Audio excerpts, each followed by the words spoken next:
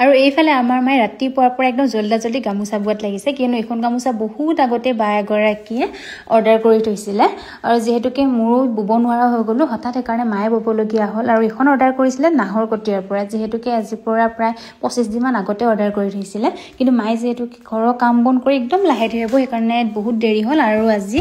বয়সত কাটিলো কাৰণ তাই বিয়াও যেহেতুকে 7 তাৰিখ আকৌ তালে গৈ পাব লাগিব সেইকাৰণে মায়ে আজি ৰাতিপুৱাৰ পৰা একদম বই ইফালে ফুল নাবাছিলে একদম গুৰিডাল বই কাটি দিছে আৰু এইখন হৈছে গামোচাখন লুধিয়ান পাটৰ আৰু গামোচাখন 73 ইঞ্চি দীঘল হৈছে পখিলা থকা গামোচা তাই কিন্তু ইমান হেভিকৈ বিচৰা নাছিলে বাৰু গুণাদি কিন্তু মায়ে এনেকৈ অকমান বেছি হেভিকে বৈ দিলে আৰু এইটো হৈছে এটা আগৰ ফুলটো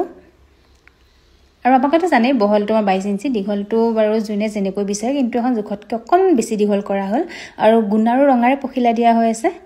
আৰু এটা আগত এনেকৈ ডিজাইন কৰা আছে যেহেতুকে দৰা বৰ্ণৰ গামোচা এটা আগত ফুল এটা আগত ডিজাইন দিব গৈছিলে সেম তেনেকৈ দিছো আৰু দহি কৰিব পৰাকৈ দুইটা আগতে সমানে আমি সুতাটো ৰাখি দিছো গামোচাখন কেনেকুৱা লাগিছে জনাব যেহেতুকে আকৌ গামোচাৰ লগত এতিয়া বাকিখিনি দিও পঠিয়াব লাগিব এইখন হৈছে গামোচাখন